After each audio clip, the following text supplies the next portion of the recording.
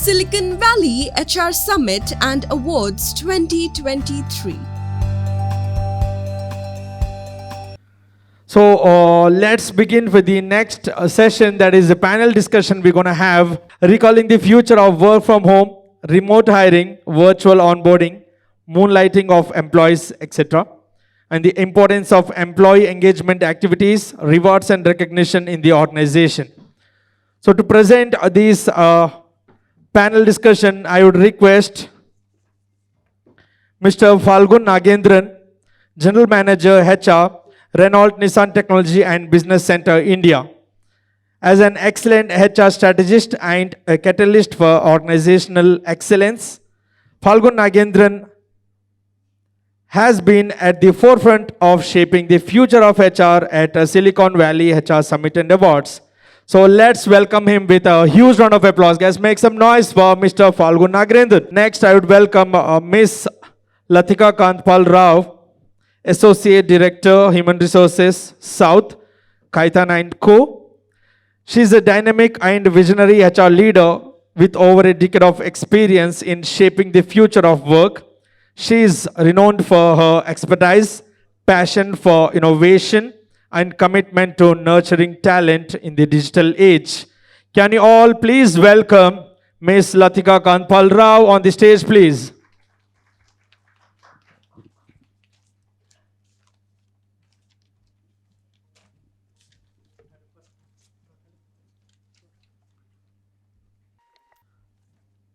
I would like to welcome Mr. Vijayan R., Head HR, Product. So confidence is the foundation of aspiration, and that is his way of life. Born in Chennai, he grew up with a mind full of content, bonded by a heart full of intent to excel. As a result, he is enjoying the position of Head HR in Product. So as a human resource professional, he has more than 19 plus years of experience in the IT, healthcare, and design industries. And he has worked with organizations like HCL, Tech Mahindra, Cura, and Cadeploy. His areas of expertise include strategic HR functions, global recruitment, mergers and acquisitions, resource management, talent engagement, and training and development. His hobbies include photography, trekking, and networking. Can you all join your hands for Mr. Vijayan R. And I'll also request Ms. Shweta Singh, Manager HR, 6D Technologies, to also join us on the stage, please. She's a Young Achiever Award winner at Asia Pacific HRM Congress, and she loves gardening, reading, and traveling. Can you all put your hands together for Ms. Shweta Singh?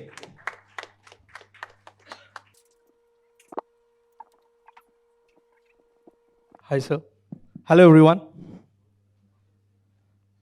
So, as I said, the topic will be recalling the future of work from home and remote hiring, virtual onboarding and all. So my first question goes, what is the future of remote working in India 2023? Where do you see remote working? Maybe I'll begin. Okay, so I think obviously it's here to stay. I think 10 years back, if we even think about remote working, I think it was unimaginable. And maybe a telemarketer or some customer service rep would be kind of thinking about doing a remote working, or it would be special situations. But I think over the last few years, it's changed completely, and I think pandemic has also has a huge role to play in that. I think traditionally Indian companies have always had a trust deficit in terms of whether employees are really working and is it really possible, etc. But I think over the few years, it's kind of become very, very clear that it is possible, and there are organizations, companies which are doing this. And it is here to stay because the mindset has changed. I think we all have changed with the times in terms of now people will be multitasking between chores and calls and works, and I think as organizations, futuristically, we have to look at how we can adapt to it and kind of work around it, and that will really happen if we have good infrastructure in place. Technology is obviously a game changer. Everything is remote now. I think we've all had that fatigue of MST, Zoom calls, etc. According to me, I think it's more about a hybrid workspace where we have the flexibility, where people have feel that freedom and the flexibility to work. It's no more it's no longer like these many hours you have to clock in. It's more about outcome based performance now. So that's really what I think. And I think as organizations, we have to enable the managers, leaders to handle this kind of workforce, support the employees, and make it slow and steady rather than on one front we just say, okay, everybody come back to work. It has to be a slow change, like we all adapted to it during the last few years. So that's really my thing. Wonderful. Thank you, ma'am. So you want to put your words on? So I think it's a no-brainer, right? We all said it's going to be hybrid. That's the new ways of working, we say. And it's not about the hybrid alone will stay, but they're going to be, let me just be very frank and open with you guys. This is a phased version for us to come back to work. Okay, we just eye-washing ourselves. It's an eye-wash, certainly an eye-wash to say that this is going to be like this. Look at the investments on the infrastructure the businesses have made, and then there are many, many reasons which we don't discuss here. What are the advantages of working from office? That's not the topic, because it's clearly said that it's more important now because of the business reasons. Okay, so importantly, what's important right now is how we manage this phased version to come back. So let's talk about infrastructure. So I think infrastructure plays a very important role. For 2 years, we were completely shut down. We had the entire life changed for us, and then we didn't have the right IT infrastructure or the infrastructure to support us working from home and etc. So now it's getting back. When you get back, the infrastructure also includes something back at home, what you would have really got institutionalized for 2.5 years. And that was so convenient for all of us, and it is convenient. It could be child care, it could be care given to for the patients at home, it could be for your spouse versus your adjustment between the families that you are already making. So there's a lot of other benefits that we reap working from home. So this hybrid is going to be a mixture. It's going to be like a belpuri, let me say that. I say that because either you're not fully back at work, you're not partly back at home. So it's like when you are at work, your spouse needs to manage back there. And when you relocate from one place to another, so you need to have a place to stay, which means to say you need to rent out a home for yourself, you need to have your own transport, and you need to have your support systems at home. It could be your maid, or it could be your cook, or etc. So these are the support systems that will unduly be required. So it's like a very difficult phase, but we are only phasing it out. Phasing it out to enter into the mainstay of being in the office full time. So I call it as return to work, and remote working is just a abhi picture baki hai. It's just a trailer for us. You always suggest that a hybrid will work better. It will start working as a phased manner better, but the future is work from office. However, you will have the resistance, you will see attritions, you will see talent attraction being a problem. For large organizations like Renault, Nissan, from where I come from with 10,000 plus people, it's difficult for us to run organizations remotely forever, because there's a lot of capex that has gone into the company. So we need to start yielding. So just to it as an example, right? Anything which comes new, for example, assume you have a new boss. The day one, you come fast to the office, dressed up well, and you attend to him. Gradually, when he becomes your old boss, right? You get back to your thing. So similar thing happened with your work from home. I represent a IT services organization. When the moment we never had a work from home option, we always see IBM giving work from home, but we never had. But after COVID, we felt, wow, okay, we are working from home all the time. Initially, it was good, but as you go on, what things have changed is that basically a discipline has gone, right? I can be anywhere, I can wait. I don't want to open the video. I can get into this call, but I can do anything I want, right?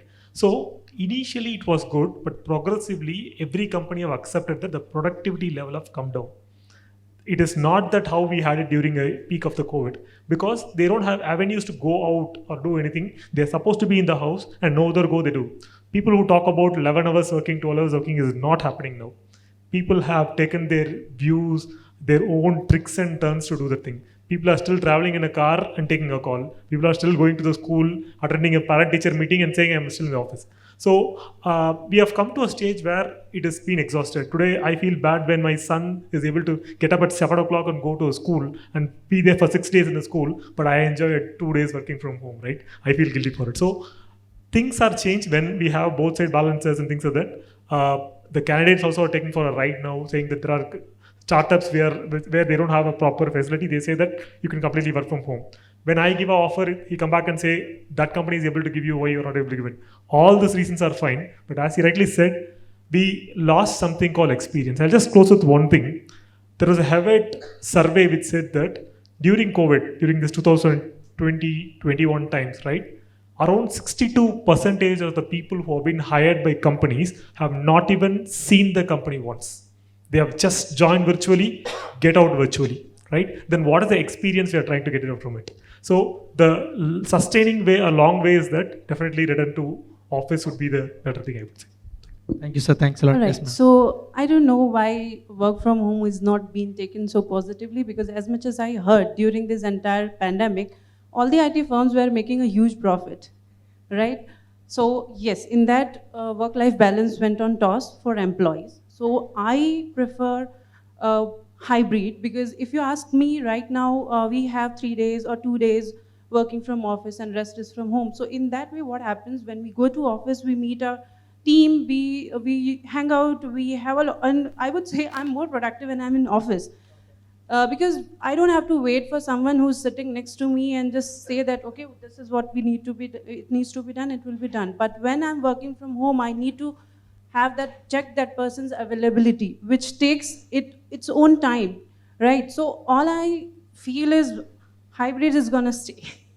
And mental balance will also be balanced, because right now, like we do the activities, whatever online, so we have divided our engagement activities in 2 sections, which is for offline employees who are coming to office and online employees who are, so online employees, what difference we have seen is when the senior employees are in office, they will never participate, they'll be busy with their calls and all.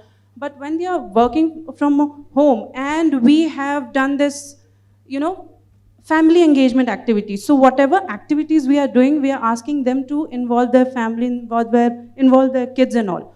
So from there we get good responses, because they are like, it is a kind of, you are giving us opportunity to be with family in whatever situation I am. So yeah, we have received better, response in that terms, where we are able to engage senior people as well. So yeah, hybrid is going to stay, which I feel. Okay, so we got 2 different kind of insights. Sir is into hybrid, ma'am is into hybrid. And as you said, they are not much serious at home. They are taking it for granted, and the productivity might go low. But yes, we got one more insight that productivity might be high because they are maintaining balance between so them. here, see, it depends on the business nature. Exactly, we have yeah. divided our structure in persona, in what team, on what department that person is, and as per that, like it's one persona is completely work from home, one is hybrid, one is completely from office, and one is if someone is traveling, that is a different scenario. So as per that, we have divided our employees, and that's how it is working out for us. Okay, thank you, ma'am. Thanks a lot. So our next topic is remote hiring. Before Yes, we go to the next topic, I think I want to call out some real good benchmarking study that we did. And importantly, we did because we wanted to put up a hybrid policy back at work. Okay, we looked into, just to call out some companies like Google, Cognizant, HP, Citigroup. So I'm going to just share some insights, what these guys are doing as a best practice. That might be of some interest to the audience here, if the panel is okay with that. So in Google, basically in campus, they have an on-campus hotel. That's to lure the employees coming back to office. They are they have an offer called as summer special, and they are giving the employees a hotel room to stay, and with the bed and breakfast, of course. And then this is going to be to ask employees to come back and work from office, so they can avail 3 instances in a month to stay in a hotel on the Google campus. Okay, this is one such example to bring back employees to work. And Cognizant is having a natural progression. So, like I said, hybrid is the beginning, but they are starting to say that 70% of the people managers who are at site needs to come back to work, so that they will start seeing the entry level engineers or the engineers. So they take them as an example, role model, to see that they will have to come back to work as well. So managers start being a role model to go to work, at least 70% of them in this case. And the City Group has taken some hard fist rules, which they say that a low attendance might also have a tendency to lose jobs. Okay, they started this in June 23, and they mandate 2 to 3 days at work, and they say that we will have to come back to work, or you might lose your job if your attendance doesn't meet 75%, like how we saw in the colleges. So, right? So, and INFI, for that matter, they have neatly put the policy together with a nice packaging, saying that the client, it's a client demand, you need to be at office. Okay, the management is not asking you, is not demanding you, but it's a client demand that you need to be at office. And Accenture says you can work from any base location. Okay, and you basically need to work wherever you are, but at the office. So Accenture has a lot of satellite offices, so they ensure that they give opportunities for people to work from any part of the country. Exactly. And IBM, for that matter, they say your career will suffer if you don't adopt to the hybrid, which means to say your promotions and your progression in the organization might take a step back if you don't adopt to the hybrid culture. So JPMC, the JP Morgan says, you have an automated attendance to track the schedule, real estate, and security. Basically, if they see low attendance happening for one particular division, I think the vice president of that business is picked up for a discussion by the CEO. Right? And Misho has done some nice, good practices to attract people to come back. So they are now opening up their brokerage charges for employees to come back, relocate from wherever they are, to give them enough benefits for the brokerage charges, and school readmission for the children. And it's another last point is a very important, which we adopted in Renault Nissan as well, to give the employees children who are between 6 months to 6 years, give them the benefit for the women employees to work from home, and a childcare benefit up to 12,000 rupees per month. So these are some great benefits that Misho has taken, and then we need to benefit from these ideas, is what I thought I'll call out. So I think the catch here is that everyone is doing it subtly. You with the generation today, you cannot take an approach of you come back or you lose your job. So I think organizations are also adapting Exactly. to the Strategies, generational yes. needs and then doing it. Because I mean, who could have thought that we will have hearings in the court virtually? And for when the pandemic started, and I was with AZB that time, and it was unheard of that the judge is doing a hearing virtually, and we all adapted to it because we could never think that a law firm can operate virtually. And 2 years we did that, and now obviously slowly people are coming back. I think it's about leading from the front. Like you said, some companies are telling the partners, the leaders to come more often so that people see. And the young kids have obviously lost out a lot, because the learning which you will have sitting next to a senior, you cannot do it virtually. So I think it's about subtly messaging, because this generation you cannot do. I mean, I have a 5-year-old daughter. If I tell her something directly, she'll ask question that why. So the generation has changed, and we have to move with the time. So obviously, I think everybody would want people to come back to office, and there are obviously some forward-looking organizations who would not, and who would have thought that Zoom will ask people to come back to work, right? So I think slowly we all have to adapt to the workforce, to the needs, and then kind of take actions accordingly. Thank you. Thanks a lot. Thanks for your insights. So I'll move on to the next topic, that is remote hiring. So the question is, what are the benefits of remote hiring? Do you think it's going to help the organization to hire right candidates? Okay, remote hiring, I'm against it, but still there are positivity definitely there. Where you don't have a location, but someone is sitting on a Gurgaon or someone sitting in Noida, and his skill set meets it out, right? Yeah, definitely that remote hiring has helped out people to take up the offer and things like that. And we made some changes in the offer for them to continue there and all those things. So generally, a software services company or a product company, our talent pool has been with, say, Hyderabad, Bangalore, Chennai. This is our Pune. This is the thing with it. But there are some good talents on the different places also. So this remote hiring model helped us in saving the time. We don't need to make the people to come in person do it. They can sit there, take a video call, check all the things, and they can do it. So benefit-wise, yeah, we are able to get various talent from different corners. Okay, instantly done an interview and able to make an offer. Right. That I see is as one of the benefit point. But anyway, I'll come back for the flip side of it. Yourself, ma'am. So I would say I believe everything has a positive and negative side. So as he said, we get a wider range of candidates, but in that sometimes we get fraud candidates as well, right? So that's also a challenge which industry is facing. So yes, I really don't know how to cope up, because before we update with the tool, they are more updated than us, right? So yeah, so I feel it's both ways, positive and negative. So I think I joined a company virtually. So I am a COVID hire, one of the COVID hires. So, and we did like 3 years of virtual campus recruitment.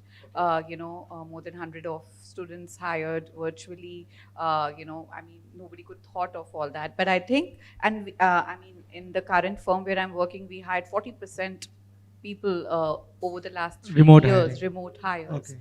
And even though we say there are a lot of positives, I personally feel, I think the quality suffers, the learning suffers, and what you can gauge when you meet a person in person is a lot different. Exactly. In terms of doing it. And some of the people whom we hired, and when I met them, I'm like, oh, is that you? I mean, it's so different. You just feel like you're meeting two different people, literally. But it's worked, and I think we all have adapted to that change, and I think change is the only constant. We all have to kind of adapt with what's the force of the Exactly. industry. They might be right? using ChatGPT while giving the interview, maybe.